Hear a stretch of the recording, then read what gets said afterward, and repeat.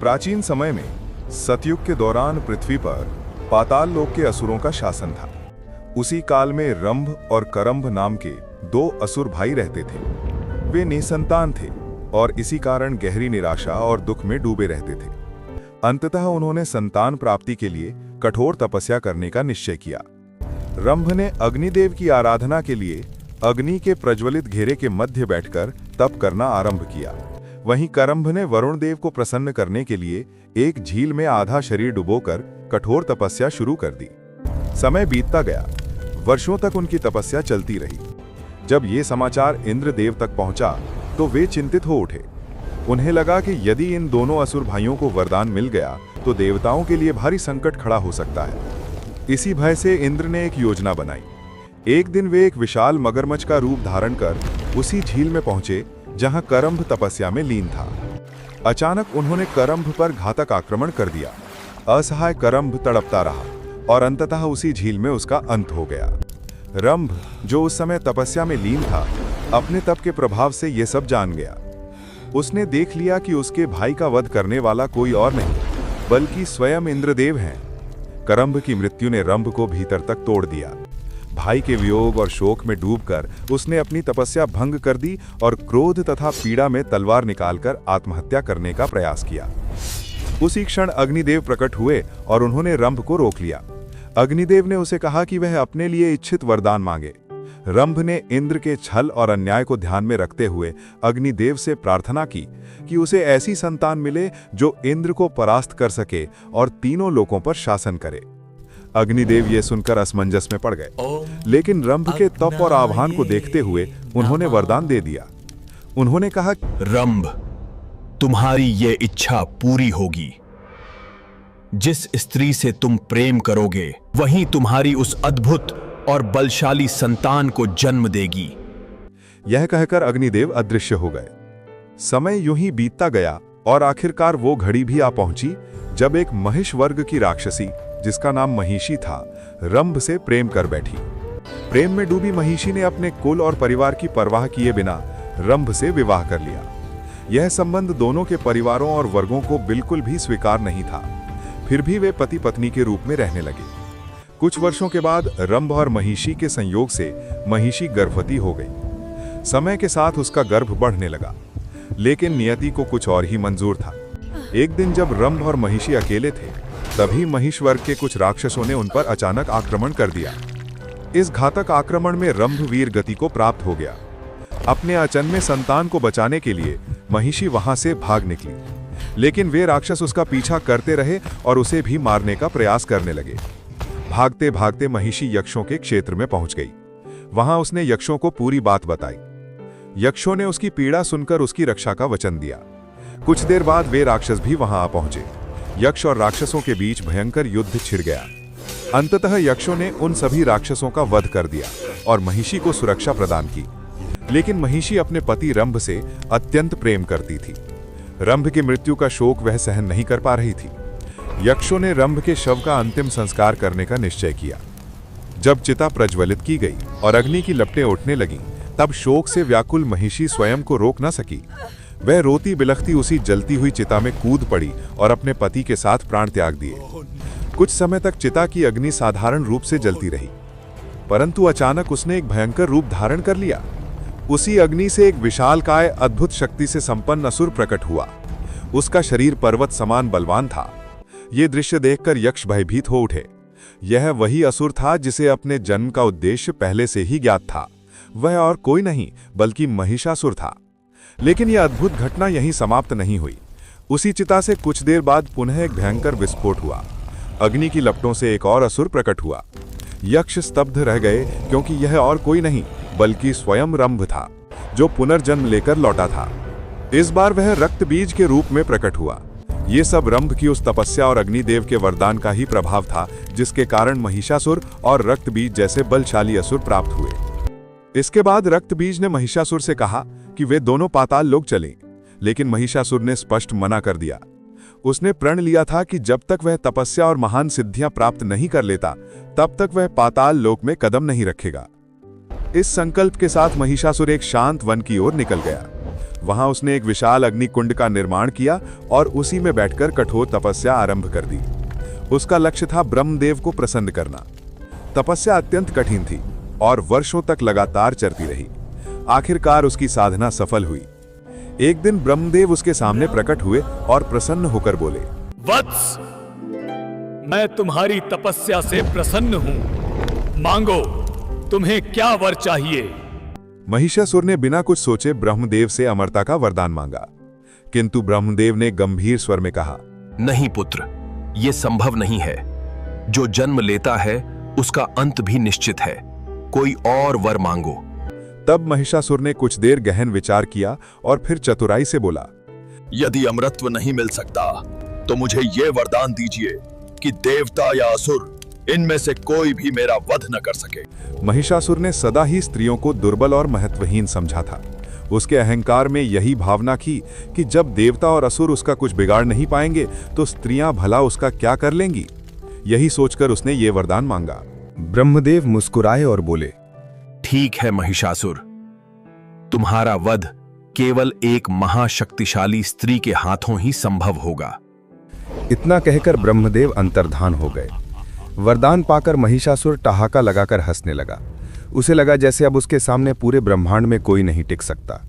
इसके बाद वो और भी वरदान एवं सिद्धियां पाने की लालसा में निकल पड़ा। एक एक कर उसने अनेक देवताओं से शक्तियां अर्जित की। महिषासुर ने धीरे धीरे अपनी शक्ति का विस्तार करना शुरू किया। वो पृथ्वी के कोने कोने में जाकर मारकाट मचाने लगा और एक एक करके असुरों को युद्ध में हराकर अपना साम्राज्य स्थापित करता गया। देखते ही देखते पूरी धरती उसके अधीन हो गई। लेकिन महिषासुर यहीं नहीं रुका। उसकी दृष्टि अब स्वर्गलोक पर थी। उसने अपने एक दूत को इंद्रलोक भेजा, जहां दूत ने इंद्रदेव को संदेश दिया, स्वर्ग खाली कर दो, अब यहां का स्वामी महिषासुर होगा। यह सुनकर इंद्रदेव क्रोध से आग बबूला हो उठे। उन्होंने समय नष्ट किए बिना सभी देवताओं को संगठित किया और महिषासुर पर आक्रमण कर दिया। परंतु महिषासुर ने अपनी अपार शक्ति से देवताओं को मुंह तोड़ उत्तर दिया। परिणाम स्वरूप देवताओं को युद्ध क्षेत्र से पलायन कर स्वर्ग लौटना पड़ा। किंतु महिषासुर ने भी देवताओं का पीछा नहीं छोड़ा। वह अपनी असुर सेना सहित सीधे स्वर्गलोक जा पहुंचा और वहां पहुंचते ही देवताओं पर धावा बोल दिया। स्वर्गलोक में भयंकर युद्ध छिड़ा। देवताओं ने अपने पूरे पराक्रम और सामर्थ्य से महिषासुर का सामना किया, किंतु उसकी क्षमता और शक्ति के आगे भी टिक न सके। अंततः देवताओं को स्वर्गलोक से भी पलायन करना पड़ा। इस प्रकार महिषासुर ने स्वर्गलोक पर भी अधिकार जमा लिया और अभिमान से उसकी छाती और भी चौड़ी हो गई। अब असहाय देवता सीधे ब्रह्मदेव के पास पहुंचे और उनसे महिषासुर को दंडित करने की प्रार्थना की। लेकिन ब्रह्मदेव ने असमर्थता व्यक्त की। निराश देवता वहां से उठकर वैकुंठ लोक भगवान विष्णु के पास पहुंचे। वहां इंद्रदेव समेत सभी देवताओं ने महिषासुर के अत्याचारों का हाल सुनाया। विष्णु ये सुनकर रुष्ट हुए और देवताओं से सहमत भी हुए। उन्होंने कहा कि इस अत्याचारी को रोका ही जाना चाहिए। फिर विष्णु सहित सभी देवता कैलाश पर्वत की ओर चल पड़े, जहां देवों के देव महादेव गहन ध्यान में लीन थे। कैलाश पर पहुंचकर देवताओं ने महादेव के सम्मुख महिषासुर के आतंक की चर्चा की। वहां त्रिदेव, ब्रह्मा, विष्णु और महेश सभी ने मिलकर महिषासुर से युद्ध करने की योजना बनाई। युद्ध से पहले देवताओं ने महिषासुर को चेतावनी भिजवाई कि वह स्वर्गलोक का अधिपत्य छोड़ दे, लेकिन महिषासुर ने इस प्रस्ताव को ठुकरा दिया। अब त्रिदेव सहित सभी देवता स्वर्गलोक की ओर प्रस्थान कर गए। उस समय महिषासुर स्वर्ग के सिंहासन पर स्वर्गपति बनकर विराजमान था। महिषासुर को जब होने वाले युद्ध का आभास हुआ तो उसने भी अपनी सेनाओं को तैयार करना शुरू कर दिया। देखते ही देखते स्वर्गलोक में देवताओं का आगमन होने लगा। इस समय स्वयं भगवान विष्णु देवताओं का नेतृत्व कर रहे थे और महादेव भी युद्ध में सम्मिलित होने स्वर्ग पहुंच चुके थे। युद्ध का बिगुल बज चुका था। देवताओं और असुरों के बीच भयंकर महायुद्ध आरंभ हुआ। श्री विष्णु समेत सभी देवता मिलकर महिषासुर और इसके प्रधान योद्धाओं पर टूट पड़े। महिषासुर भी पीछे हटने वाला नहीं था। उसने अपने घोर प्रहारों से देवताओं को हिला डाला। युद्ध भूमि में महिषासुर अकेले ही इंद्रदेव समेत अनेक देवताओं पर भारी पड़ने लगा। तब श्री विष्णु स्वयं आगे आए और अपनी गदा के प्रहारों से महिषासुर को धराशाही करने लगे। किंतु अचानक महिषासुर ने मायावी रूप धारण कर लिया। वह एक विशाल भैंस का रूप लेकर युद्ध भूमि से ओझल हो गया और फिर अपने असली रूप में प्रकट होकर देवताओं पर पुनः टूट पड़ा। उसके प्रचंड आघात से कई देवता घायल हो गए। इस बीच महादेव अपने त्रिशूल से महिषासुर की असुर सेनाओं का संहार कर रहे थे।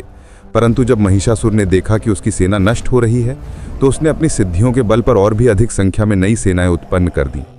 यह देखकर वह ठहाका लगाकर हंसने लगा। युद्धभूमि में अजीब स्थिति उत्पन्न हो गई। महादेव, विष्णु और अन्य देवता हर बार महिषासुर की सेना को नष्ट करते और महिषासुर हर बार अपनी शक्ति से उससे भी बड़ी सेना खड़ी कर देता। यह क्रम लंबे समय तक चलता रहा। अंततः महादेव और विष्णु अत्यंत क्रोधित हो उठे। उन्होंने निर्णय लिया कि अब महिषासुर पर अपने परम अस्त्र प्रयोग करने ही होंगे। महादेव ने अपने त्रिशूल का प्रहार किया और विष्णु ने सुदर्शन चक्र का। दोनों ही अस्त्र अत्यंत वेग से महिषासुर की ओर बढ़े, किंतु जैसे ही वे उसके शरीर से टकराए तत्काल वापस लौटकर अपने अपने स्वामी के पास आ पहुंचे। देवता यह दृश्य देखकर स्तब्ध रह गए। यह स्पष्ट हो गया कि महिषासुर की रक्षा स्वयं ब्रह्मदेव के दिए हुए वरदान की शक्ति कर रही थी। अब देवताओं के लिए उसकी पराजय असंभव प्रतीत होने लगी थी और वहीं खड़ा महिषासुर अपने विकराल हंसी से पूरे स्वर्गलोक को गूंजाता हुआ और भी अधिक अभिमानी बनता जा रहा था। अचानक ब्रह्मदेव ने महादेव और विष्णु को संकेत किया कि वे युद्ध क्षेत्र से लौट आएं। संकेत मिलते ही दोनों त्रिदेव वहां से अंतर्धान हो गए। यह देखकर अन्य देवता भी उनके पीछे पीछे युद्ध क्षेत्र से चले गए। देवताओं के इस प्रकार प्रस्थान करने पर महिषासुर और उसकी असुर सेना अत्यंत प्रसन्न हुई और विजय का उत्सव मनाने लगी। इसके बाद सभी देवता कैलाश पर एकत्र हुए, जहां ब्रह्मदेव भी प्रकट हुए। महादेव ने उनसे युद्ध क्षेत्र से वापस बुलाने का कारण पूछा। तब ब्रह्मदेव ने सबको स्मरण कराया कि महिषासुर को वरदान मिला है कि कोई पुरुष उसका वध नहीं कर सकता। उसका अंत केवल एक स्त्री के हाथों ही संभव है। देवताओं ने कहा कि वे इस बात से अवगत तो हैं, किंतु समस्या यह है कि सृष्टि में ऐसी कोई स्त्री है ही नहीं जो महिषासुर जैसे पराक्रमी असुर का सामना कर सके। इस पर ब्रह्मदेव ने कहा, उस स्त्री को सभी देवताओं की शक्तियों का अंश प्राप्त होना चाहिए और उनमें यह सामर्थ्य होना चाहिए कि वे उन शक्तियों का समुचित प्रयोग कर सकें। देवताओं ने जिज्ञासा से पूछा, ऐसी स्त्री कौन हो सकती है? तब ब्रह्मदेव ने उत्तर दिया, इस सृष्टि में केवल एक ही शक्ति ऐसी है, देवी पार्वती। तो वे ही हैं जिनमें समस्त देवताओं की शक्तियों को धारण और नियंत्रित करने का सामर्थ्य है। यह सुनकर महादेव, श्री विष्णु और अन्य सभी देवता अत्यंत प्रसन्न हुए। तभी स्वयं देवी पार्वती वहां प्रकट हुईं। सभी देवताओं ने उन्हें नमन किया और देवी ने भी सबका अभिवादन स्वीकार किया। देवी ने सृष्टि के कल्याण के लिए स्वयं को चुने जाने पर ब्रह्मदेव का आभार व्यक्त किया और इसे अपना परम सौभाग्य बताया।